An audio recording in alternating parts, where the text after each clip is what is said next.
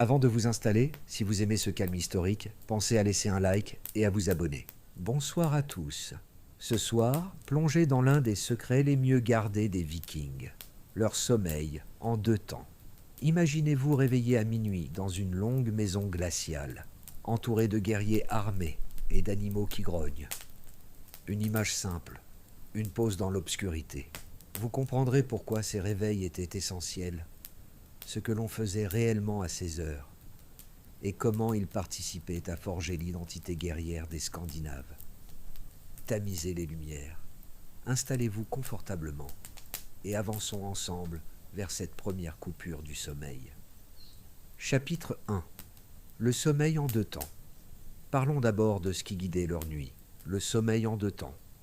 Chez les Vikings, le repos ne se déroulait pas d'un seul bloc comme aujourd'hui. On l'appelle sommeil segmenté. Concrètement, il se divisait en deux phases de 3 à 4 heures chacune, séparées par un intervalle d'éveil nocturne. Sans électricité, calibrée par l'alternance des saisons et l'absence totale d'éclairage artificiel, les corps suivaient naturellement ce rythme. Ce n'était pas une lubie ou un rituel secret, mais une conséquence directe des conditions dans lesquelles ils vivaient. Imaginez, la première phase commençait peu après le coucher du soleil, exténué par le travail des champs, de la forge ou des expéditions. Vous vous assoupissiez rapidement. Après ces quelques heures de profond repos, vos yeux s'ouvraient d'eux-mêmes au milieu de la nuit. Pas de réveil mécanique, pas d'alarme. Simplement ce corps ajusté à la durée immense des nuits nordiques, surtout en hiver, quand l'obscurité pouvait engloutir jusqu'à 16 heures d'une journée. À ce moment, le réveil n'avait rien d'angoissant. Il était prévu, intégré, accepté. Presque aussi banal qu'appuyer aujourd'hui sur un bouton de téléphone dès le matin. Ce n'était pas propre aux Vikings. L'historien Roger Ekirch a montré qu'avant l'arrivée de l'électricité, toute l'Europe connaissait cette coupure de sommeil. Des documents mentionnent un premier sommeil et un second sommeil, séparés par cette veille nocturne. Et même aujourd'hui, des expériences menées sur des volontaires privés de lumière artificielle prouvent que ce rythme ressurgit naturellement au bout de quelques semaines. Cela donne un poids concret à ce que racontent les sagas et les récits des voyageurs. Pour vous replacer dans la scène, imaginez une longue maison de bois, épaisse, mais jamais vraiment chaude. Vous dormez au sol ou sur une couche de paille, entouré de plusieurs dizaines de personnes, guerriers, femmes, enfants, mais aussi les bêtes indispensables liées à la survie. Chèvres, moutons, parfois des vaches. Pas tellement par choix, mais pour partager la chaleur et protéger le troupeau. Dans un tel lieu, il était impensable que tout le monde s'abandonne au sommeil profond en même temps. Un feu mal surveillé pouvait consumer l'édifice. Un animal malade pouvait contaminer les autres. Et dehors, il y avait toujours la possibilité d'une attaque ou d'un rôdeur. Maintenir une présence éveillée au cœur de la nuit, loin d'être ritualisé, relevait surtout du bon sens. Le réveil survenait souvent sous l'effet du froid. Même enveloppé de fourrure, la chaleur accumulée finissait toujours par diminuer. Vous ouvrez les yeux, la brume glacée sort de vos lèvres, vous entendez les ronflements autour de vous. Ce n'est pas le confort qui vous arrache à votre première phase de sommeil, mais les nécessités. Faire vos besoins dans la neige, vérifier que le feu ne s'éteint pas, surveiller que les animaux ne s'agitent pas. Parfois, on grelottait en silence. Parfois, on marmonnait quelques mots à son voisin, dans un chuchotement étouffé, car la maison entière n'avait pas besoin de se réveiller. Ce rythme insolite redessinait leur rapport au temps et à la nuit. Pour eux, l'obscurité ne représentait pas ce vide que l'on attend de traverser en fermant les yeux. Elle devenait un espace actif, propice à des gestes précis. Certains priaient leur Dieu, murmurant des invocations. D'autres profitaient de l'intimité relative pour échanger quelques paroles secrètes, ou pour trouver un moment de tendresse derrière une couverture. Les textes nordiques eux-mêmes évoquent parfois ces instants, pudiquement liés à des rencontres brèves entre conjoints. La nuit, loin d'être une parenthèse figée, devenait un temps supplémentaire, une respiration, mais aussi une vigilance constante. Et puis, il y avait ce détail souvent oublié. Le corps, Conditionnés ainsi, ne résistaient pas à ces veilles. Nous aurions tendance à y voir un signe de fatigue ou d'insomnie, mais leur organisme, exposé à des années de ce rythme sans artifice, s'y adaptait parfaitement. Ce n'était pas une lutte, mais presque un confort paradoxal. Réveil court, petit cycle d'activité, et retour sans délai au deuxième sommeil. En revanche, la difficulté provenait de l'environnement. Pas besoin d'imaginer un matelas douillet. Vos muscles endoloris rappelaient le travail de la journée. Les parasites grouillaient dans la laine, et l'odeur confinée de sueur et de bétail emplissait l'espace. Fermer les yeux au milieu d'un tel désordre demandait une robustesse que nous avons largement perdue. Ce réveil au cœur de la nuit n'était donc pas seulement une contrainte imposée par la nature, mais une solution rationnelle, vitale. Rester assoupi 15 heures de suite aurait créé une vulnérabilité inacceptable dans cet environnement. Ces intervalles servaient, en un sens, à garder un pied dans le danger permanent qui marquait leur existence. La maison longue rassemblait beaucoup d'êtres humains et d'animaux dans une promiscuité extrême. Sans dessein mystique, l'éveil nocturne assurait la sécurité. Une oreille tendue vers l'extérieur, un œil pour surveiller les braises, un corps prêt à réagir. Cela formait la routine des nuits de Vikings, comme une seconde nature invisible. Et ce qui frappe, en parlant de ce sommeil coupé, c'est son efficacité sociale. Au lieu d'être un moment de faiblesse, cet intervalle nocturne servait l'organisation du groupe. Il créait une alternance entre ceux qui dormaient et ceux qui veillaient, réduisant les risques collectifs. Et il offrait aussi un temps mental, un espace intérieur où chacun pouvait reprendre un souffle, dans une vie par ailleurs marquée par le travail dur et le danger constant. Voilà l'essentiel. Le sommeil en deux temps n'était pas une bizarrerie viking, mais une adaptation au réel le plus rude, partagée par bien d'autres sociétés d'avant la modernité. Ce qui le rend intéressant aujourd'hui, c'est de comprendre comment ces heures volées au repos dessinaient non seulement leur rapport à la nuit, mais aussi leurs habitudes de vigilance, leur façon de vivre ensemble et d'anticiper la survie. Et lorsque l'œil se rouvrait au cœur de cette obscurité dense, ce n'était pas une attente passive. C'était une période remplie, parfois lourde, parfois intime, mais toujours nécessaire. La suite nous entraîne justement à explorer ce que signifiait cet intervalle, cet instant où, au milieu du froid et des braises rougeoyantes, le quotidien reprenait. Chapitre 2. L'intervalle de minuit. Voici ce qu'était vraiment cet intervalle de minuit, ce moment suspendu entre deux phases de repos, quand la maison longue ne dormait jamais tout à fait. Vous ouvrez les yeux dans une obscurité pesante, seulement trouée par la lueur hésitante des braises. Votre souffle se condense dans l'air glacé et, tout autour, des corps ronflent, serrés sous des peaux de bêtes. La bonne nouvelle, vous êtes libre de bouger sans réveiller tout le monde. La mauvaise, le froid pénètre vos os et il faut parfois sortir faire vos besoins avant d'espérer retrouver le sommeil.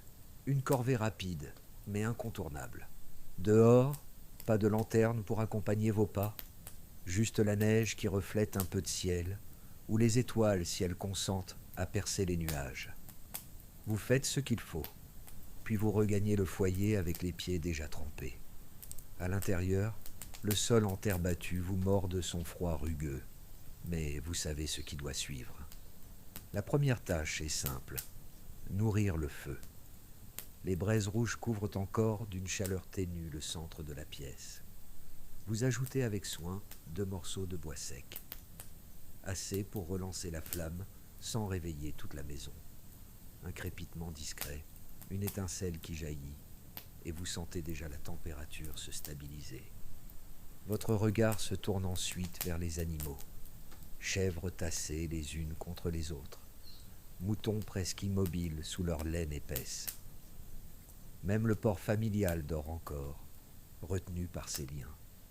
Vous vérifiez vite, car il arrive qu'une bête s'agite et mette soudain tout le monde sur le qui-vive. Cette vigilance animale, même banale, permet de comprendre pourquoi les veilles de minuit s'inscrivaient si naturellement dans la vie quotidienne. Dans ces heures nocturnes, l'activité variait d'une personne à l'autre. 3 pôles dominaient, le travail pratique, les gestes spirituels et parfois une forme d'intimité dans la pénombre. Côté pratique, les tâches allaient de l'affûtage d'une arme à la couture d'un vêtement, en passant par quelques réparations simples. L'acier réclame une attention ritualisée. On sort la pierre à aiguiser, on fait coulisser la lame lentement, en silence. Le bruit léger mais distinct attire parfois d'autres guerriers éveillés. Alors, on s'installe côte à côte, chacun dans sa tâche, créant une sorte de méditation commune, où la concentration suffit à remplir l'heure d'éveil. Pendant ce temps, les pensées vagabondent vers les expéditions futures, les dangers à prévoir, les chemins de commerce à défendre. Viennent ensuite les gestes spirituels. Dans une maison encore plongée dans la nuit, il est possible de chuchoter une prière à Odin ou à Freyja. Les sagas mentionnent ce moment comme propice aux visions nocturnes. Et certaines sources vont plus loin. Les rêves issus du premier sommeil étaient jugés plus vifs, plus nets. Ils pouvaient être interprétés comme des signes divins. Ce temps d'éveil, entre les deux phases, servait alors parfois à analyser ces images venues de l'inconscient, une forme d'oniromancie qui liait directement les pensées de la nuit aux décisions du jour. On se réveillait pour se souvenir, pour chercher un sens, pour orienter son avenir avec ce que l'on avait rêvé quelques instants plus tôt. Enfin, vient l'aspect intime et relationnel, difficile à imaginer dans une maison bondée. Pourtant, selon certaines sagas, c'était bien durant cet intervalle que certains couples cherchaient à se retrouver. Derrière une couverture ou sous une épaisse fourrure, quelques gestes rapides suffisaient à créer une bulle de silence et de proximité. Rien de mièvre ni d'universel, simplement une opportunité rare dans une vie partagée avec tant d'autres. Ces parenthèses contribuaient à renforcer les liens affectifs, mais restaient discrètes pour ne pas troubler la hiérarchie ou le repos collectif. Tout n'était pas que prière, outils ou tendresse. On en profitait aussi pour assurer de petites tâches domestiques, réajuster une couverture sur un enfant, frictionner des articulations courbaturées ou prendre un morceau à grignoter. La nourriture disponible la nuit n'était pas choisie par plaisir, mais par pragmatisme. Poisson séché, viande fumée, un peu de fromage dur. C'était l'équivalent d'un garde-manger permanent, un réfrigérateur suspendu dans l'air froid et sec de la maison longue, à l'abri des rongeurs. Un encas d'abord, conçu pour la survie, pas pour le goût. D'autres soirs, quelques voix basses occupèrent l'intervalle. Les plus âgés racontaient des souvenirs de raids ou de voyages. Les jeunes se gorgeaient de ces histoires qui faisaient naître en eux des ambitions semblables. Dans ces moments, le deuxième sommeil pouvait se faire attendre un peu plus longtemps. Même la fatigue se laissait repousser par la force des récits. La sécurité, elle, restait la ligne directrice. Chaque bruit extérieur exigeait attention. Est-ce une branche qui tombe, ou bien un rôdeur, peut-être un animal en maraude, ou pire, un ennemi? Dans le doute, mieux valait faire du bruit, heurter une hache contre le bois, réveiller assez de monde pour montrer que la maison n'était pas sans défense. L'éveil n'était pas un luxe, c'était une réponse aux menaces multiples d'un monde imprévisible. Dans certaines circonstances, l'intervalle prenait même un caractère collectif. Lorsqu'un présage inquiétant surgissait, ou qu'un membre du clan souffrait d'une maladie grave, on restait éveillé plus longtemps. Les discussions autour du feu remplaçaient le sommeil, choix de stratégie, interprétation des signes, préparation aux défis. Ces nuits blanches rappelaient à chacun que la survie passait avant tout, parfois au prix de l'épuisement du lendemain. La grande différence avec nos nuits actuelles tient à la perception du temps. Aujourd'hui, un réveil nocturne est synonyme d'insomnie, de frustration. Eux n'avaient ni horloge, ni obligation réglées à la minute. S'ils étaient réveillés, ils trouvaient une occupation précise. Et quand la fatigue revenait, ils reprenaient naturellement le fil du repos. Pas d'angoisse devant un écran lumineux, pas de lutte intérieure contre l'attente. Juste une alternance de veille et d'assoupissement réduite à sa forme la plus brute. Progressivement, le corps réclamait le retour sous les fourrures. Alors, on rangeait les armes, on recouvrait les braises, on vérifiait encore une fois la sécurité des bêtes. Puis les yeux se fermait, pas avec le poids d'une inquiétude, mais avec ce sentiment d'avoir rempli une obligation nécessaire. La nuit reprenait son cours, rythmée par la respiration lourde de ceux qui ne veillaient plus. Mais une question restait en suspens. Pouvait-on réellement se relâcher dans ce monde où le danger surgissait à tout moment? Cet éveil de minuit exposait déjà la nécessité d'être présent, attentif, actif. Reste à comprendre comment, même dans le sommeil profond qui suivait, un viking demeurait un guerrier prêt à réagir sans délai. C'est justement ce qui se joue ensuite. Chapitre 3. Dormir comme un guerrier. Imaginez maintenant ce que signifiait véritablement dormir comme un guerrier. Vous êtes couché sur une peau dure, votre arme posée tout près, et 15 hommes vous entourent dans la demi-obscurité. Le silence n'est jamais complet. Le crépitement mourant du foyer, un craquement de bois, un souffle trop appuyé. Dans une maison longue, chaque son pouvait être celui d'un intrus. Dans ces conditions, fermer l'œil en paix n'était pas une option. Les Vikings avaient inventé une manière de dormir qui ne ressemblait en rien à la nôtre. Un sommeil militaire, sous tension permanente. Pour un combattant, s'abandonner à un sommeil profond revenait à tendre la gorge à son ennemi. Les attaques nocturnes étaient une menace réelle et les rivalités éclataient à tout instant. Un guerrier surpris dans ses rêves mourait sans honneur et les sagas regorgent de récits de héros trahis ou massacrés à ce moment de faiblesse. Un mauvais dormeur, inconsciemment trop confiant, risquait la plus grande honte, à tel point que les chroniques nous rappellent que dormir lourdement pouvait être considéré comme une faute, presque punissable. Pour ces hommes, rester réveillé signifiait rester digne. Cette logique se traduisait par une organisation stricte des veilles. Les gardes se partageaient en petits groupes de 2 ou 3, chacun restant alerte pendant quelques heures avant de céder sa place. La rotation se faisait régulièrement, environ toutes les 3 heures, afin d'éviter l'épuisement collectif. Les postes changeaient selon les saisons, à l'extérieur quand le climat le permettait, directement près de la porte lors des nuits froides ou dangereuses. S'assoupir ou manquer sa garde ne se payait pas seulement par un regard désapprobateur. L'exclusion temporaire du groupe en était souvent la sanction, véritable stigma social, pour celui qui avait failli. L'idée était claire. Celui qui dormait au mauvais moment mettait en péril la vie de tous. Et même durant leur phase de repos, les Vikings ne s'en remettaient pas totalement au sommeil. Les récits décrivent un état étrange, entre la veille et le rêve. On parle d'une vigilance latente, comme si une partie de l'esprit refusait de se couper du monde.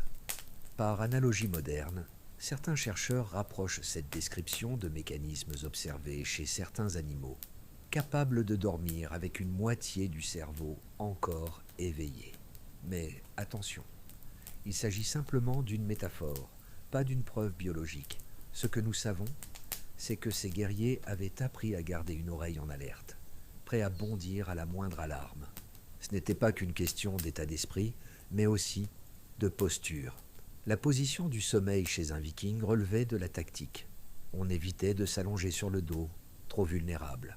La norme, rester replié sur le côté, arme serrée sous la main, bottes aux pieds, pour se lever sans délai. Certes, dormir avec des chaussures ou une ceinture bouclée autour du poignet n'était pas confortable. Mais si votre voisin se redressait brusquement, vous le sentiez aussitôt. Une chaîne invisible d'attention circulait ainsi parmi les corps, assurant que personne ne serait pris au dépourvu. Les armes, elles, avaient toujours leur place définie. La hache ou l'épée restaient accessibles, posées à portée de bras. Certains guerriers enterraient même légèrement la lame dans le sol, de sorte qu'un pas imprudent dans l'obscurité faisait vibrer le métal comme une petite alarme. Rien de sophistiqué, juste une ruse simple, un signal pour celui qui dormait à 2 doigts de son arme. L'ensemble formait une chorégraphie silencieuse, où chaque détail comptait. Des bottes délacées pour être prêtes à courir, jusqu'au corps recroquevillé qui protégeait les organes vitaux. Naturellement, une telle vigilance répétée nuit après nuit avait ses conséquences. Avec l'âge, certains en venaient à sombrer dans une sorte de fatigue nerveuse.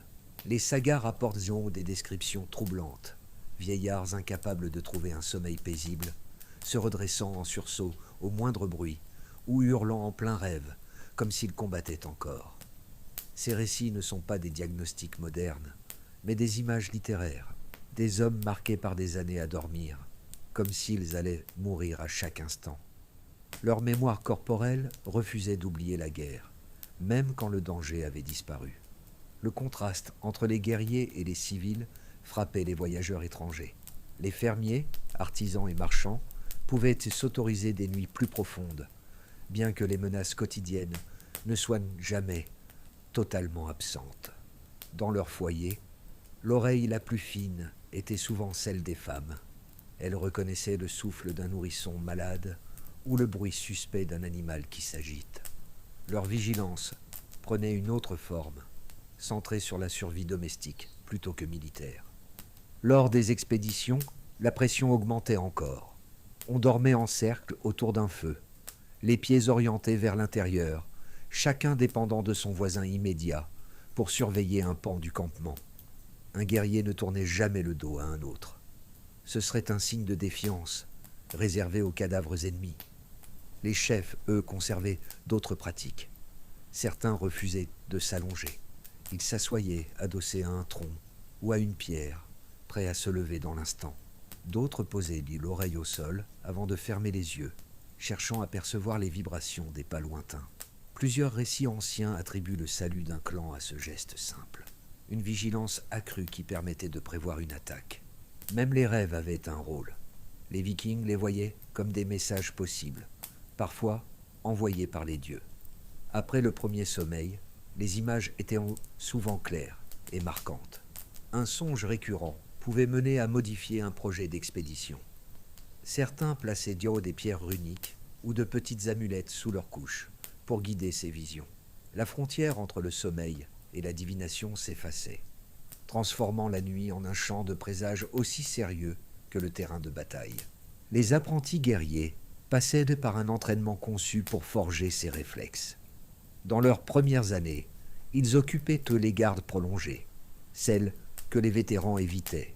On leur apprenait à reconnaître les sons, distinguer le cri d'une chouette d'un pas glissant sur la neige, ou le vent dans les branches d'un chuchotement suspect. Les maîtres n'hésitaient donc pas à les mettre à l'épreuve. Un seau d'eau, glacé renversé en pleine nuit, ou un objet de métal jeté au sol. À eux de bondir, arme à la main, sans réfléchir. Plus que la force, c'était la réactivité qui comptait. Cette rigueur produisait son effet. Les chroniqueurs arabes qui rencontrèrent des Vikings décrivirent leur capacité à passer du sommeil profond à l'attaque en un souffle. Des hommes qui semblaient immobiles autour du feu se redressaient soudain l'épée levée. Cette vitesse glaçait leurs adversaires, autant que leur bravoure. Les jeunes formés ainsi devenaient, en grandissant, des combattants dont le repos n'était jamais un abandon. Chez les vétérans aguerris, cette discipline prenait d'autres formes. Certains savaient feindre le sommeil, la poitrine soulevée par une respiration régulière, tandis que leur attention restait braquée sur le moindre bruit. D'autres avaient mémorisé chaque recoin des lieux. Même dans la semi-pénombre, ils se battaient sans hésiter, guidés par leur connaissance des espaces. Les chefs lisaient aussi les rêves de leurs hommes, cherchant dans les récits nocturnes les signes d'anxiété ou de loyauté. Le sommeil devenait ainsi le miroir invisible de l'état du camp. Ce mode de repos façonnait bien plus qu'un simple réflexe militaire. Il marquait leur rapport entier à la vie. Chez eux, la ligne qui sépare la veille du sommeil ressemblait à celle qui distingue la paix de la guerre. Ténue, incertaine, toujours brisée par la possibilité du combat. Vivre dans cette tension créait des hommes capables de rêver et de se battre dans le même souffle. Rien d'étonnant à ce que leur réputation ait traversé les siècles. Mais cette discipline avait des contreparties sombres. Certains anciens restaient prisonniers de leur veille intérieure. Des décennies après leur dernier combat, ils se levaient encore en sursaut, comme si l'ennemi approchait. Les chroniques islandaises montrent ces silhouettes épuisées, incapables de savourer une nuit complète. Quelques-uns cherchaient des mélanges ou des potions soporifiques, espérant arracher au moins quelques heures de repos véritable. Une ironie marquante. Dans une société où dormir trop profondément était jugé honteux, finir par ne plus pouvoir dormir du tout relevait de la malédiction. Et si leur sommeil nous paraît brutal, c'est parce qu'ils reposaient sur une idée simple. Le confort n'existait pas. La nuit n'était pas conçue pour reposer pleinement, mais pour survivre. Les guerriers sacrifiaient tout excès de bien-être à une vigilance constante, une logique militaire, mais aussi une culture, celle qui voyait dans chaque nuit une bataille silencieuse, où seule l'alerte comptait. Or, pour bien saisir cette réalité, il faut aussi regarder où ils dormaient, vraiment. Car au-delà de cette vigilance psychologique, les conditions matérielles du repos façonnaient tout autant leur nuit. Et là, la surprise est encore plus rude. Chapitre 4. Le confort spartiate. Les conditions matérielles du repos comptaient autant que la vigilance elle-même. C'est là qu'entre en jeu ce qu'on peut appeler un confort spartiate. Un univers de couchage rude, où l'idée même de douceur était absente. Votre lit dépendait avant tout de votre statut. Les plus pauvres n'avaient rien d'autre qu'un tas de paille posé sur la terre battue. Cette paille devait être changée régulièrement, au fil des saisons. Mais en pratique, elle se décomposait vite en nids à parasites. Dans les foyers modestes, l'espace se gagnait sur des bancs étroits, recouverts de peaux simplement séchées, qui portaient encore les odeurs persistantes de sueur et de graisse animale. À l'autre extrême, certains chefs dormaient dans des box-beds en bois fermés par des tentures, donnant un semblant d'intimité.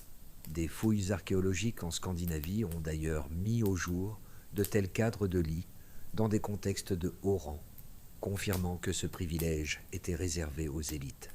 Les guerriers ordinaires se contentaient le plus souvent de planches sommaires, légèrement surélevées pour ne pas dormir à même le sol humide, garnies de fourrures grossières. Autant dire qu'il n'était pas question de ressort, ni de moelleux. Le matin, le dos restait raide.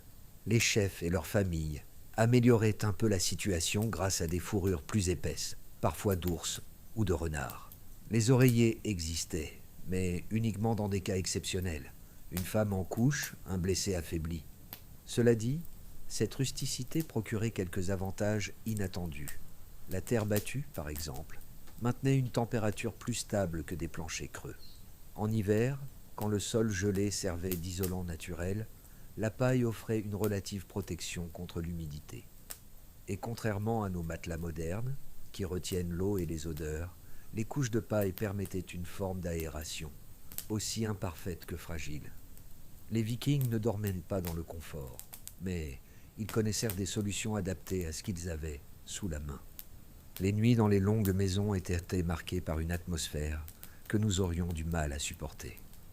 La première odeur, omniprésente, était celle de la fumée, épaisse, âcre, incrustée partout, jusque dans les cheveux.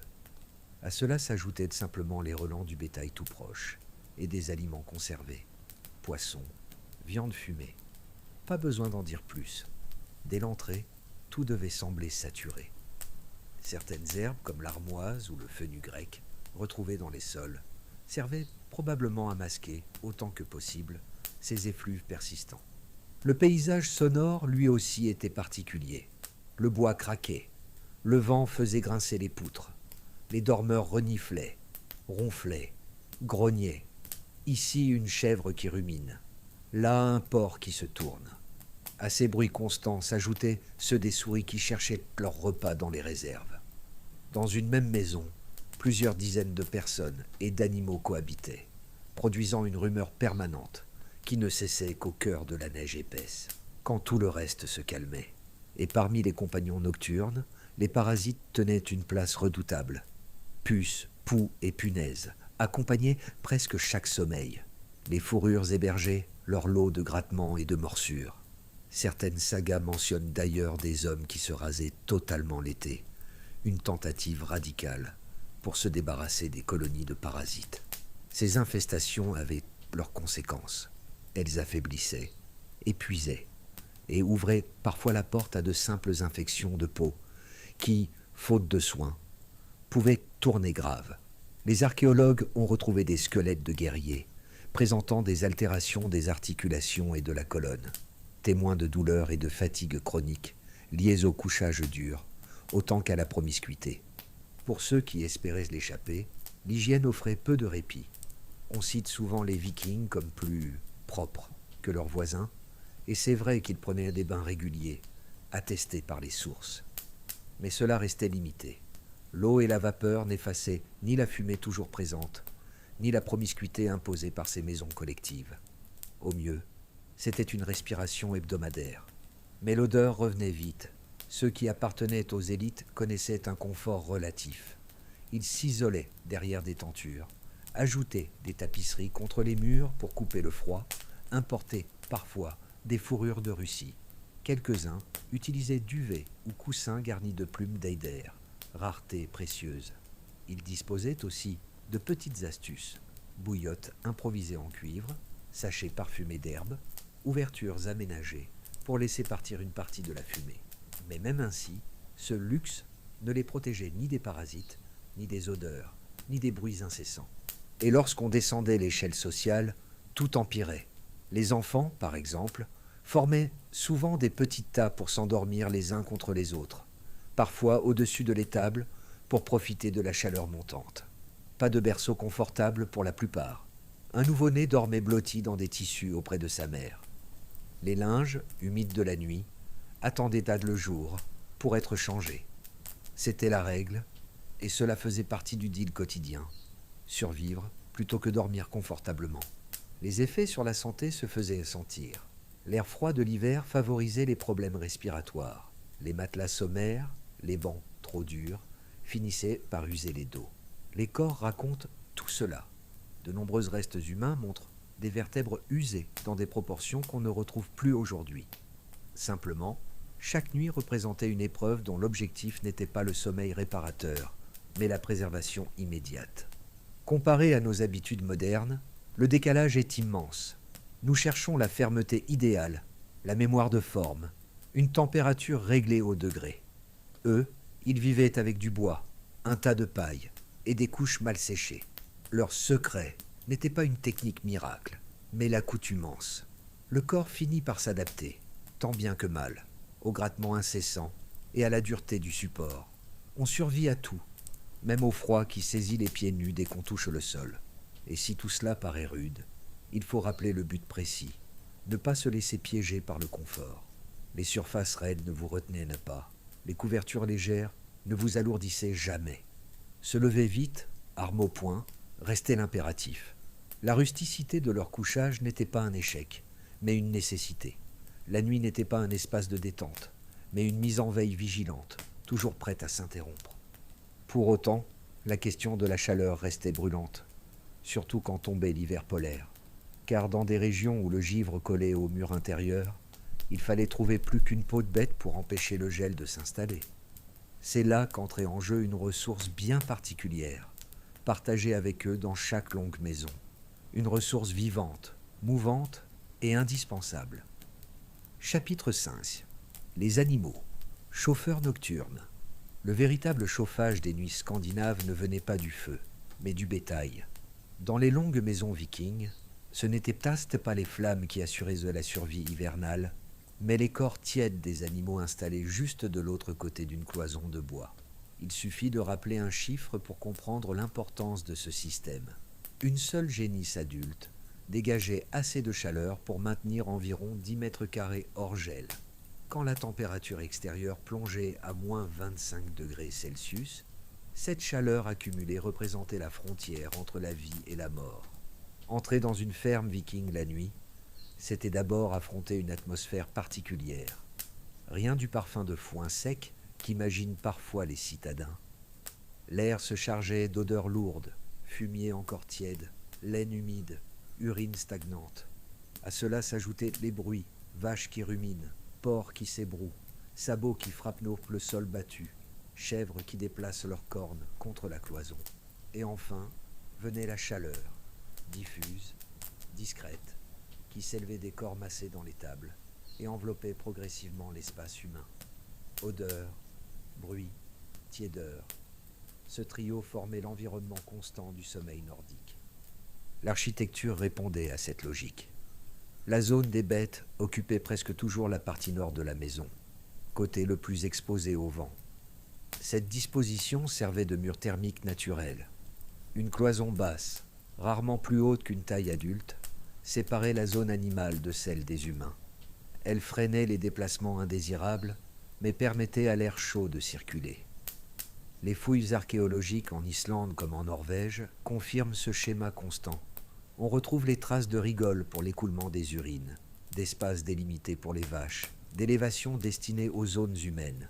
Une ingénierie simple, mais adaptée à un climat extrême. Les vaches étaient au centre de ce dispositif. Avec 5 ou 6 têtes dans une maison, on pouvait conserver une pièce à 8 ou 10 degrés, même quand les tempêtes recouvraient tout. Et c'était un luxe discret, réservé à ceux qui possédaient un troupeau suffisant. Les plus pauvres n'avaient peut-être que quelques moutons ou chèvres, dont la chaleur se révélait bien moindre. Les chroniques islandaises rapportent même des familles entières dormant dans la paille de l'étable par grand froid. Conséquence directe du manque de bétail efficace. Les chevaux tenaient une place à part. On ne les laissait jamais dehors en hiver, trop précieux pour être exposés.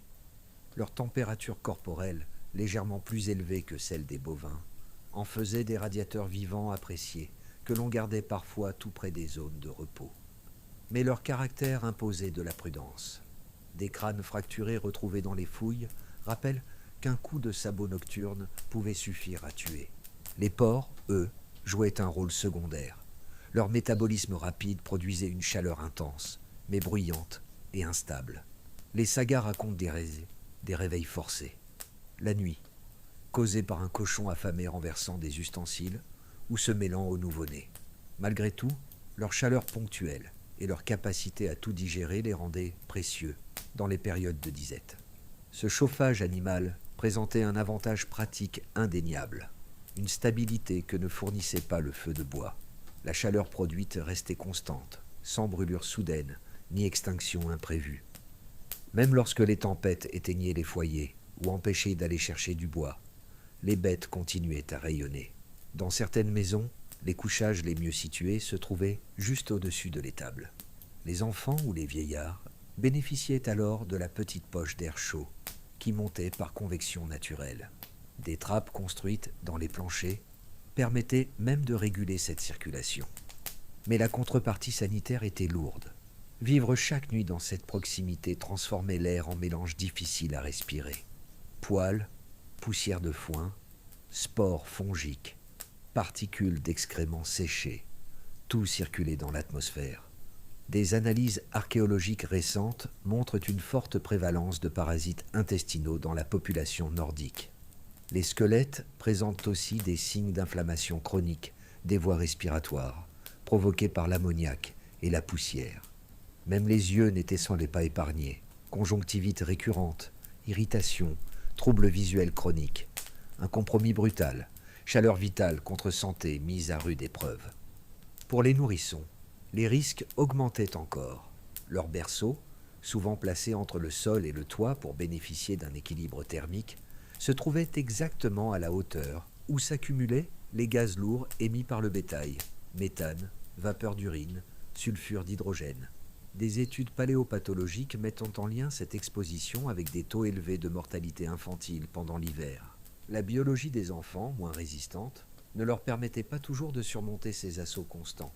Et pourtant, malgré ce danger, la pratique ne disparaît jamais. On en retrouve des traces jusque dans les fermes de haut rang. Même là où les chefs pouvaient se permettre des solutions plus confortables, on conservait des zones pour les animaux sous le même toit. Preuve que, face à des hivers interminables, le bénéfice thermique primait sur tout autre critère, y compris l'hygiène. Certaines structures plus modernes montrent cependant des améliorations. Conduits d'aération, étables semi-enterrées, séparation plus haute, des compromis, mais pas de rupture. La gestion quotidienne revenait surtout aux femmes. Elles inventaient des solutions pour rendre la respiration supportable ou limiter les nuisances du voisinage animal. Des herbes aromatiques, lavande, menthe, armoise, étaient déposées près des zones de couchage. Les fourrures se fumaient régulièrement pour repousser les parasites. Dans certains cas, de simples morceaux de tissu servaient de filtres improvisés, réduisant légèrement la poussière. Les sagas mentionnent des recettes à base de miel et de plantes pour apaiser les poumons irrités. Autant de petites technologies du quotidien, conçues pour tenir dans cet environnement saturé. La proximité avec les animaux forgeait aussi une résistance particulière. Les enfants, dès leur plus jeune âge, s'habituaient aux sons, aux odeurs, aux parasites. Devenus adultes, ils supportaient mieux voyages, maladies et maisons bondées. Les chroniqueurs arabes qui rencontrèrent des Scandinaves décrivirent ces hommes comme insensibles aux odeurs et étonnamment résistants aux fièvres. Leur odorat, toujours sollicité dans les maisons enfumées, aurait développé une réussite fine dans la distinction des bruits et des pistes, un avantage dans la chasse et la guerre. Mais cette cohabitation dépassait le pur aspect fonctionnel. Dans la culture scandinave, l'animal n'était pas seulement source de chaleur et de nourriture, il faisait partie du foyer. Certaines tombes retrouvées montrent des bêtes enterrées aux côtés de leurs maîtres, avec autant d'attention que pour des humains. Des runes évoquent explicitement les vaches, chevaux et béliers comme des protecteurs domestiques. C'est une dimension sociale et symbolique. Le bétail n'était pas simple outil, mais un membre secondaire de la maisonnée, indispensable à son équilibre. Pour les plus pauvres, l'image restait dure. Une famille sans grand troupeau affrontait un hiver bien plus rude. Certaines sagas mentionnent des parents tentant de réchauffer leur enfant avec une seule chèvre, ou attirant des poules sous une couverture pour grappiller quelques degrés. Dans les villages les plus misérables, on trouve même des récits de vieillards, s'allongeant sur les restes encore tièdes d'un tas de fumier pour résister à la nuit. À l'inverse, posséder du bétail en bonne santé donnait prestige et influence. Un éleveur capable d'entretenir ses vaches jusqu'au printemps se plaçait au sommet de l'échelle locale. Les chefs sages distribuaient parfois quelques bêtes supplémentaires lors des pires hivers, une forme primitive d'aide sociale qui consolidait leur autorité. Quelques vaches livrées à temps suffisaient à sauver un foyer tout entier.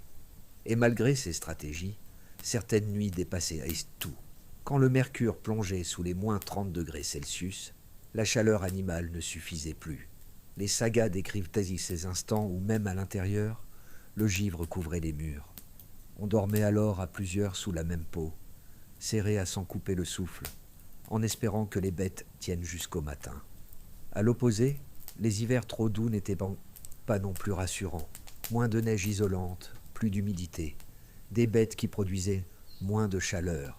Les chroniqueurs mentionnent des surmortalités paradoxales liées à ces saisons instables. Cette symbiose avec le bétail survit parfois jusque dans le monde moderne. En Islande, certaines fermes gardent encore des pièces chauffées par les animaux, héritage d'une tradition vieille de 1000 ans. En Norvège, il existe toujours, dans quelques campagnes, une coutume de dormir avec ces bêtes lors des nuits les plus froides de l'année.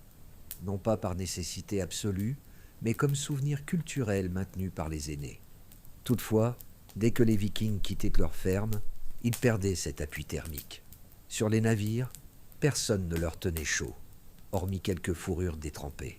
Et sans cloison ni troupeau, la confrontation avec le froid prenait un visage encore plus radical. C'est ce que nous allons maintenant explorer, le sommeil loin de la terre, quand la maison longue se transforme en drakkar, secouée par la mer. Chapitre 6. Sommeil en mer. Imaginez à présent une nuit sur la mer. Vous êtes couché sur un banc de rames transformé en couche sommaire, une peau de mouton humide sous vous, les vagues qui secouent le navire, et l'air glacé qui vous colle à la peau. La bonne nouvelle, vous avez tenu une journée de plus sans chavirer. La mauvaise, il faut malgré tout dormir dans ces conditions, serré contre 3 compagnons qui n'ont pas meilleure mine que vous. Sur un drakkar, la place réservée au sommeil tenait du strict minimum. Pas de cabine fermée, pas de cloison pour couper le vent. La nuit, chacun s'allongeait sur un banc de nage, ou à même le plancher, glissant entre les réserves entassées et les rames. Quelques fourrures trempées, salées par les embruns, constituaient le seul matelas. Les chefs avaient parfois une tente de fortune dressée à l'avant, mais elle résistait rarement plus de 2 jours avant d'être arrachée par les rafales. Pour la plupart, la mer dictait où et comment l'on s'endormait. La vie à bord obéissait à une organisation stricte. 40 hommes, répartis en petits groupes, se relayaient par bloc de 4 heures. Pendant qu'une partie tentait de dormir, les autres surveillaient la voile, vidaient l'eau infiltrée dans la coque, vérifiaient les cordages.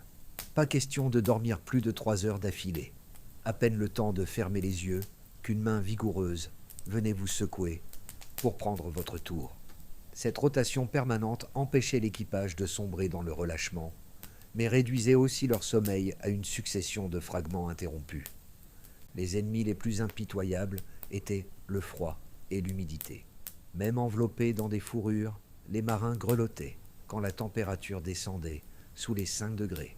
Les plus expérimentés avaient vite compris qu'il fallait dormir serré, épaule contre épaule, formant une masse compacte pour partager la chaleur de leur corps.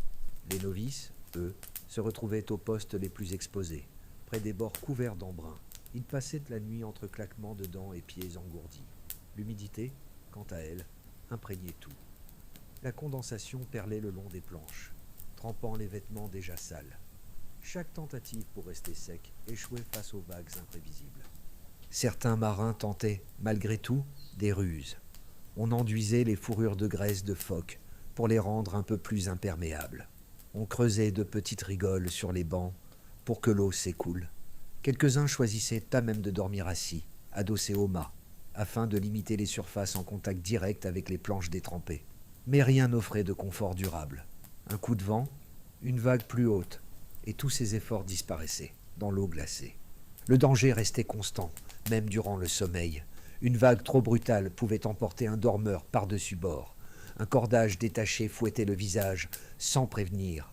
Le plus redouté restait la panique nocturne. Un homme réveillé en sursaut, saisissant son couteau et croyant à une attaque, au risque de blesser un camarade. Dans ce chaos, la frontière entre la veille et le sommeil n'était jamais nette. Les repas nocturnes se réduisaient à l'essentiel. Un peu de viande sèche, une gorgée de bière visqueuse pour calmer la faim. Certains gardaient quelques noix dans une petite bourse pour les croquer en catimini, entre 2 cycles de sommeil trop courts. Pas question de gaspiller l'eau douce, précieuse et limitée, surtout lors des longues traversées. L'estomac vide accompagnait le froid et les vagues dans ce quotidien d'endurance. L'hygiène, elle, disparaissait rapidement sous l'effet des conditions. Les poux proliféraient dans les peaux humides et les infections cutanées se transmettaient d'homme en homme. On urinait directement par-dessus bord quand la mer le permettait, ou dans un coin du navire quand les vagues rendaient tout impossible. La promiscuité, la sueur et la saleté rendaient les corps vulnérables. Les sagas elles-mêmes mentionnent des équipages entiers, affaiblis par des maladies contagieuses, contractées après de longues navigations. Lors des tempêtes, dormir devenait simplement impensable. Le navire grimpait sur des vagues hautes, comme des collines, puis retombait brutalement dans les creux. On s'attachait parfois avec des ceintures, pour ne pas être projeté contre les rames ou les tonneaux. Les plus jeunes tremblaient de peur, incapables de fermer l'œil, les larmes se mêlant au sel sur leur visage. Le vacarme, le roulis, la violence des éléments interdisaient tout repos véritable. Et pourtant, certains arrivaient à s'adapter. Des marins aguerris prétendaient pouvoir s'endormir en pleine tempête, calant leur respiration au rythme des vagues, comme bercés par le chaos. Quelques-uns, habitués à la fatigue, somnolaient debout, en bloquant leurs genoux, un équilibre précaire qui leur évitait de chuter. Le plus fascinant restait cette capacité étrange à distinguer, même dans un sommeil fragmenté, le son inquiétant d'une planche qui cède ou d'une corde qui lâche. La vigilance ne quittait jamais ces hommes. Ce contraste avec nos standards actuels ne pourrait être plus violent. Pas de cabine privée ni de chaleur contrôlée, seulement les étoiles pour plafond, le bois glacé pour lit et le bruit constant de la mer. Là où nous parlerions de torture prolongée, eux recommençaient chaque saison, parcourant parfois des milliers de kilomètres dans ces conditions.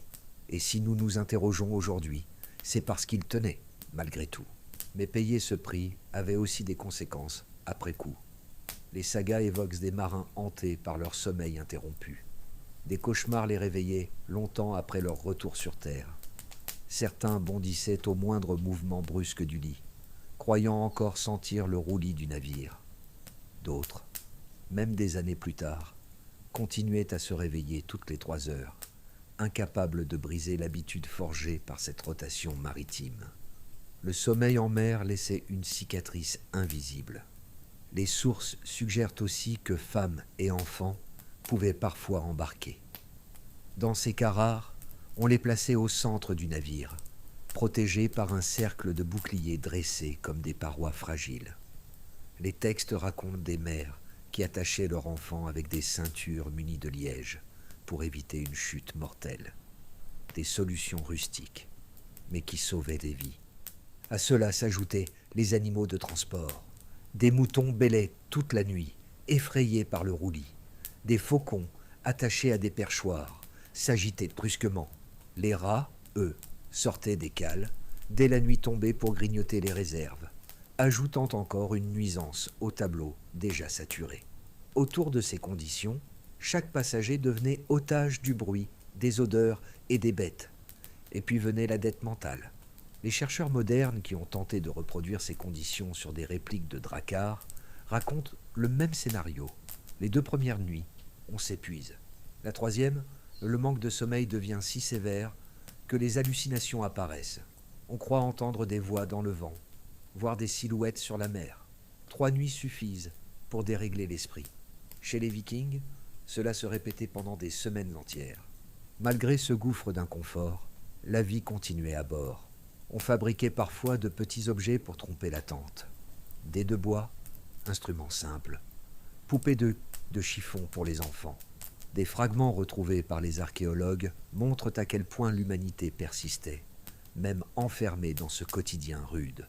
Et au milieu de ces nuits, sans repos, les marins racontaient des poèmes, forgeaient des histoires, qui allaient ensuite alimenter la mémoire scandinave. Leur culture s'inspirait directement de cet enfer flottant. Reste une question. Comment ces hommes et ces femmes supportaient-ils autant de ruptures de sommeil, de peur et de visions confuses? La réponse ne tient pas seulement dans leur endurance physique, mais aussi dans la manière dont ils comprenaient leurs rêves. Car, pour un viking, ces images nocturnes n'étaient jamais banales. Elles avaient un sens, parfois divin, parfois menaçant. Et c'est là que commence un autre aspect essentiel de leur monde intérieur. Chapitre 7. Les messages d'Odin. Les Vikings appelaient parfois leurs rêves des messages d'Odin, et ils les considéraient comme autre chose que de simples images nocturnes. Dans leur vision du monde, dormir pouvait ouvrir une brèche vers le divin. Fermez les yeux un instant et imaginez. Vous vous réveillez brusquement, le cœur battant, encore habité par la vision confuse d'un serpent enroulé autour de vous. Ce n'était pas, à leurs yeux, un hasard. C'était peut-être la voix des dieux, et avant tout celle du borgne. Dans leurs croyances, Odin régnait sur les songes. On pensait qu'il pouvait traverser l'esprit des dormeurs, en envoyant des images destinées à guider ou prévenir. Ces 2 corbeaux, Hugin et Munin, pensée et mémoire, étaient dites vues comme ces éclaireurs oniriques, survolant le monde des vivants et portant aux dieux les images nocturnes essentielles. Dans ce système, un rêve n'était pas une curiosité à raconter au réveil. Il pouvait être un ordre de marche, une alerte, ou au moins un signe que l'on se trompait de chemin. Les sagas racontent que certains chefs reportaient une bataille, modifiaient une alliance ou annulaient un mariage parce qu'un rêve nocturne l'avait exigé. Ces récits doivent être lus comme de la littérature, mais ils donnent une idée très claire du poids symbolique de ces visions. Prenons l'exemple de Ragnar Lodbrok, héros mi-historique, mi-légendaire. Les textes racontent qu'il aurait vu son cercueil empli de serpents avant sa mort. Quand il fut réellement jeté dans une fosse à reptiles par le roi Aela, les générations suivantes virent en cette coïncidence la preuve du caractère prophétique des rêves. Qu'ils soient exacts ou exagérés importe peu. Ce qui compte est que les Scandinaves eux-mêmes croyaient à ce rôle d'Odin dans l'envoi d'images fatales. Les rêves devenaient peu à peu l'une des voies principales pour interpréter le destin. Mais concrètement, comment faisait-on pour interpréter ces visions? L'art revenait aux Völva, ces prophétesses ou chamanes qui circulaient de ferme en ferme. Elles avaient pour rôle d'écouter longuement le récit du rêveur, de lui faire préciser les détails, la couleur, l'émotion, le décor. À partir de là, elles proposaient une lecture en reliant les éléments aux symboles reconnus. Un cheval blanc annonçait souvent un départ ou une traversée. Un loup gris présageait un danger ou une trahison. L'arbre aperçu dans les songes pouvait indiquer, selon son espèce, un appui divin ou un avertissement.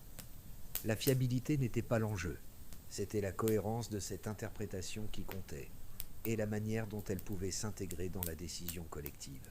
Ces pratiques ne s'arrêtaient pas au simple décryptage. On essayait aussi de provoquer des rêves clairs. Des hommes et des femmes plaçaient ainsi des pierres runiques sous leur oreiller, gravées de symboles associés à la protection ou à la vérité.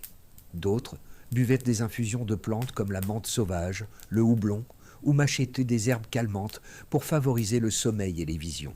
Certains rituels mentionnent même l'idée de dormir sur la peau d'un animal fraîchement sacrifié, dans l'espoir que son esprit se mêle aux rêves et transmette un signe. Toutes ces pratiques sont évoquées dans les sources, confirmées parfois par des traces archéologiques de couches rituelles. On dit aussi que les guerriers les plus aguerris savaient modifier volontairement leur vision nocturne, ce que nos termes modernes appelleraient rêves lucides. Les sagas rapportent par exemple que Starkad, héros au destin tragique, aurait perçu un piège en transformant un cauchemar en interrogation consciente. Encore une fois, rien qui ressemble à de la science, mais une démonstration de l'importance accordée à cette maîtrise. Infléchir un rêve, c'était presque dompter la volonté d'Odin lui-même. Les cauchemars appartenaient à une autre catégorie. Les Scandinaves y voyaient l'œuvre des maras, esprits oppresseurs qui s'asseyaient sur la poitrine des dormeurs.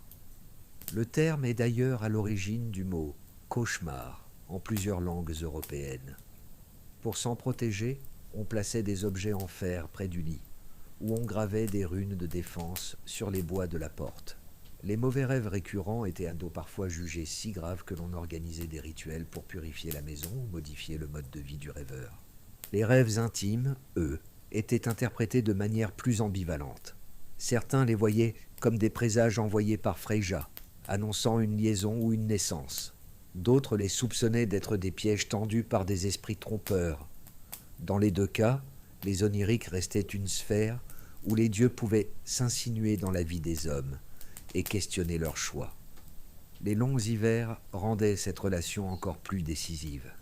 Avec jusqu'à 20 heures de nuit, les périodes de sommeil devenaient plus longues, les cycles de rêve plus denses, parfois prolongés par un état de demi-conscience. Les sagas décrivent ces moments où il devenait difficile de distinguer ce qui relevait du rêve ou de la réalité. On appelle parfois cela l'hiver des songes, une ambiance qui poussait à attendre le printemps pour prendre de grandes décisions, afin que la lumière du jour efface les illusions.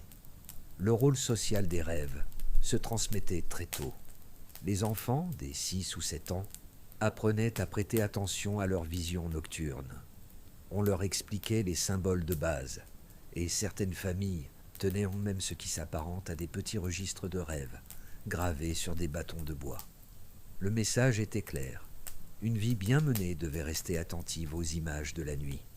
À l'autre bout de l'échelle sociale, les esclaves et les classes inférieures participaient aussi, mais avec moins d'accès aux vulvas. Ils développaient des lectures plus pratiques, inspirées des cycles de la nature, perçues comme moins nobles, mais parfois plus concrètes dans leur efficacité. Puis survint le christianisme. Dans un premier temps, les missionnaires condamnaient ces croyances païennes, mais petit à petit, un syncrétisme s'installa. On conserva l'idée de rêve prophétique, mais attribué à des saints ou interprété à la lumière des évangiles. L'ancien rôle d'Odin passa ainsi partiellement dans un nouveau cadre chrétien. Au lieu de disparaître, la pratique se transforma, intégrée à un autre système de symboles. Aujourd'hui encore, les chercheurs estiment que cet héritage a marqué la psychologie nordique. Une attention particulière portée à la vie intérieure et aux signes subtils. En Islande moderne, par exemple, l'interprétation des rêves reste plus populaire que dans la plupart des pays européens, comme si un fil ininterrompu reliant les nuits scandinaves médiévales à nos chambres actuelles perdurait. En résumé, les messages d'Odin n'étaient pas considérés comme des distractions nocturnes. Ils étaient des guides, un sixième sens qui traduisait pour les hommes ce que les dieux voulaient leur souffler. Dans un monde gelé, sans instruments de navigation sophistiqués ni certitude scientifique. Croire que le dieu borgne venait chuchoter la nuit pouvait donner la force d'agir, d'affronter les risques ou d'attendre patiemment. Et c'est bien dans les nuits hivernales que ce rapport au rêve prenait toute sa puissance. Des nuits interminables où l'obscurité glaçait les corps, mais nourrissait les visions. Car le cœur de l'hiver transformait le sommeil en enjeu vital, faisant de chaque nuit un rituel à la fois physique et spirituel. C'est ce monde-là, celui de l'hiver viking, que nous allons maintenant regarder de plus près. Chapitre 8. L'hiver et ses rituels. L'hiver dictait absolument tout dans la vie scandinave, pas seulement la nourriture ni les déplacements, mais aussi la manière de dormir et d'occuper la nuit. Imaginez ces mois où le soleil se contentait de frôler l'horizon quelques heures par jour et parfois disparaissait totalement plusieurs semaines. Là, chaque heure passée à l'intérieur devenait une bataille silencieuse contre le froid, l'ennui et la faim, et chaque nuit transformait le sommeil en stratégie de survie. Les conditions climatiques imposaient leurs lois. À Trondheim, le soleil ne dépassait guère 4 heures en décembre. Plus au nord, l'Islande et surtout le Groenland vivaient la nuit polaire, des jours sans lever de soleil. L'obscurité continue pour seul repère. Dans ces zones, les cycles de sommeil s'allongeaient considérablement. On estime aujourd'hui qu'un adulte pouvait dormir 14 à 16 heures, selon la latitude, fractionné en plusieurs phases. Le corps humain, privé d'horloge lumineuse, redevenait animal, glissant vers un rythme d'hibernation partielle. Au lieu d'un long sommeil stable, les Vikings vivaient souvent plusieurs segments alternés de repos et de veille, suivant l'intensité du froid et les rafales qui secouaient leur maison. Pendant ces journées réduites à quelques heures de lumière, le travail ne cessait pas, mais il se transformait. On filait la laine à la clarté de lampes à huile, on sculptait le bois pour préparer les outils du printemps. Les hommes réparaient poignards, socs de charrue, charnières de porte. Chaque geste suivait une logique d'économie d'énergie. Dehors, rester plus d'une demi-heure, exposé à moins 30 degrés Celsius, pouvait suffire à geler un homme. Plusieurs sagas rappellent ces morts étranges. Un fermier partit regarder son bétail retrouvé raide au matin, figé dans la neige. Le travail devait donc s'ordonner à l'intérieur, sous la surveillance constante du feu central. Paradoxalement, l'hiver ne garantissait pas toujours un repos prolongé. Beaucoup souffraient d'insomnie hivernale. Le froid faisait craquer les articulations, le vent secouait les cloisons de cuir, les bêtes s'agitaient. Et surtout, la faim se mêlait au sommeil. Les plus pauvres redoutaient les nuits creuses de janvier-février, ce moment où les réserves alimentaires tiraient à leur fin. Dormir le ventre vide devenait un supplice. Les croyances anciennes disent que ces nuits éveillées rendèrent l'esprit plus vulnérable aux visions des dieux ou aux mauvais présages. Pour rendre la saison supportable, les Scandinaves avaient élaboré des rituels précis. Le plus fameux restait le Jol, ancêtre direct de Noël. Pendant 12 nuits, on maintenait les flammes vivantes sans interruption. Laisser le feu mourir passait pour un signe funeste. On croyait que les esprits profiteraient de l'extinction pour entrer. On se relayait donc pour alimenter les bûches. On racontait des histoires épiques. On buvait une bière assaisonnée d'herbes et de miel. Ce veillé collectif, bien au-delà de la simple fête, faisait office de rempart psychologique contre la mélancolie des jours sans soleil. Le sommeil, rare durant Jol, n'intervenait que par courts assoupissements, chacun gardant un œil ouvert pour protéger la maison. Les rituels entourant la mort avaient eux aussi leurs contraintes. Enterrer un corps en hiver, impossible quand le sol gelait sur plusieurs mètres. Les défunts étaient donc conservés dans des annexes froides, parfois dans des coffres de bois remplis de neige tassée. Les veillées funèbres duraient plusieurs jours et s'accompagnaient d'un dispositif particulier. Des gardes se succédaient à côté du mort. On craignait qu'en absence de présence humaine, ces esprits ne perturbent les vivants. Ces nuits longues, rythmées par des chants et des récitations, ont certainement contribué à la richesse orale de la littérature norroise. Au lieu de dormir, on récitait des vers, on répétait des sagas, on forgeait la mémoire du groupe. L'organisation des maisons changeait profondément dans cette saison extrême. Les couchages se rapprochaient du foyer, parfois à un seul mètre des braises. Pour contrer les courants d'air, on dressait des cloisons de peaux de bête, improvisant de petites alcôves à moitié closes. Les archéologues ont retrouvé des traces de cabanes à suer, pièces réduites où l'on déposait des pierres chauffées afin de créer des bains de vapeur primitifs. Ces passages par un sauna rudimentaire, avant de se coucher, favorisaient le sommeil et nettoyaient le corps, du moins partiellement. On allait du très chaud au très froid, persuadé que ce contraste renforçait l'organisme contre les maladies de l'hiver. Les repas, eux, se modifiaient nettement. L'alimentation hivernale devenait plus grasse, plus protéinée. Viande séchée, poisson fumé, fromage très vieux. Les soirs, on chauffait des bouillons d'os. On avalait des boissons épaisses pour accumuler une réserve calorique avant la longue nuit. Certaines familles se forçaient à manger un morceau de graisse de phoque avant de se coucher. Un antipoison thermique censé protéger du gel nocturne. Le lien entre nourriture riche et sommeil profond était compris intuitivement. Un estomac garni facilitait le repos dans le froid. Le vêtement de nuit n'avait rien de léger. On dormait parfois tout habillé, couverture par-dessus le manteau. Certains se glissaient dans de véritables sacs de laine, ancêtres de nos sacs de couchage, parfois doublés de duvet d'Aïder. Les pieds représentaient une faiblesse critique. Pour les protéger, on entourait les orteils de bandes de laine enduites de graisse animale. Les plus pauvres se contentaient de chaussettes épaisses, mais celles-ci gelaient vite, se transformant en croûte rigide. Chaque détail du vêtement devenait un choix de survie. Les enfants, fragiles, nécessitaient encore plus de précautions. On les hissait dans des berceaux suspendus au plafond, zone la plus chaude de la maison longue. Certains foyers appliquaient sur la poitrine du petit une pâte de graines de moutarde ou de miel chauffé, croyant améliorer son souffle. Mais le danger inverse existait. Trop emmitouflés, certains s'étouffaient sous le poids des couches protectrices. Les plus âgés dormaient à plusieurs, collés les uns aux autres, comme pour reproduire la chaleur animale. La solidarité thermique faisait partie intégrante de l'éducation. La santé mentale en souffrait aussi. Les médecins islandais médiévaux utilisaient le mot hugborg pour désigner un état d'abattement hivernal. Apathie, irritabilité, insomnie. Cela ressemblait fort à ce que nous appelons aujourd'hui dépression saisonnière. On tentait d'y remédier en plaçant les malades près de grandes ouvertures taillées dans la glace transparente, afin de profiter du moindre rayon du soleil. On leur faisait boire des tisanes à base de millepertuis ou de valériane. Des remèdes fragiles, souvent inefficaces, mais qui montraient une conscience claire de l'impact psychique du manque de lumière. Privés d'ensoleillement, les rêves devenaient plus intenses et plus profonds.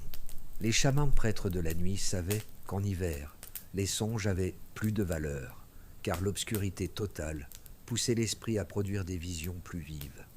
Les guerriers chevronnés recherchaient presque ces rêveries prolongées, s'y plongeant comme dans une transe, dans l'espoir d'obtenir un message utile jusqu'au printemps. Ce dreaming prolongé démontrait la puissance attribuée aux nuits hivernales, où chaque vision semblait dictée par les dieux de l'hiver. La sexualité elle-même suivait ce rythme saisonnier. Contrairement aux croyances modernes, les naissances se concentraient surtout en automne. On comprenait bien qu'il ne fallait pas mettre au monde un nouveau-né en plein cœur de décembre ou de janvier, quand les ressources étaient les plus rares et le froid le plus meurtrier. Un enfant conçu au cœur de l'hiver naissait au danger, tandis qu'un enfant conçu au printemps voyait sa naissance arriver quelques mois après la moisson, moment où la nourriture était abondante, garantissant de meilleures chances de survie. Ces calculs biologiques, même intuitifs, conditionnaient la vie intime des foyers.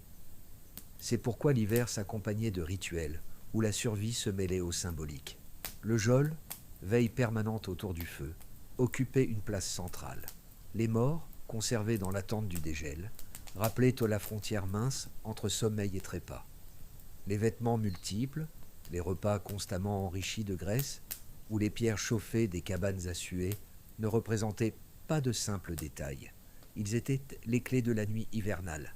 Avec ces stratégies, ils ne cherchaient pas tant le confort que la survie immédiate. Ce quotidien froid et saturé de rituels, montrait que dormir chez les Vikings, même au cœur de l'hiver, ne relevait jamais de la passivité. Chaque nuit devenait un acte calculé contre la faim, la maladie, l'oubli. Dans cette obscurité extrême, le sommeil continuait de jouer son rôle de garde-fou, à la fois fragilité et force. Et c'est peut-être en regardant leur capacité de résistance dans ces conditions que nous pouvons mieux mesurer ce que dormir signifiait vraiment. Une manière d'être toujours présent, même dans le silence de la nuit. Conclusion. Le sommeil des Vikings portait en lui un paradoxe. Ils devaient reposer, mais aussi préparer au combat et à la survie. Chaque nuit devenait un outil, à la fois fragile et vital, où la vigilance comptait autant que le repos. En comparaison, nos nuits modernes paraissent d'une douceur presque irréelle. Seriez-vous prêt à troquer votre matelas contre une peau d'ours, à partager votre chaleur avec des chèvres, ou à veiller vos armes au bord du feu? Dites-moi en commentaire si vous l'oseriez.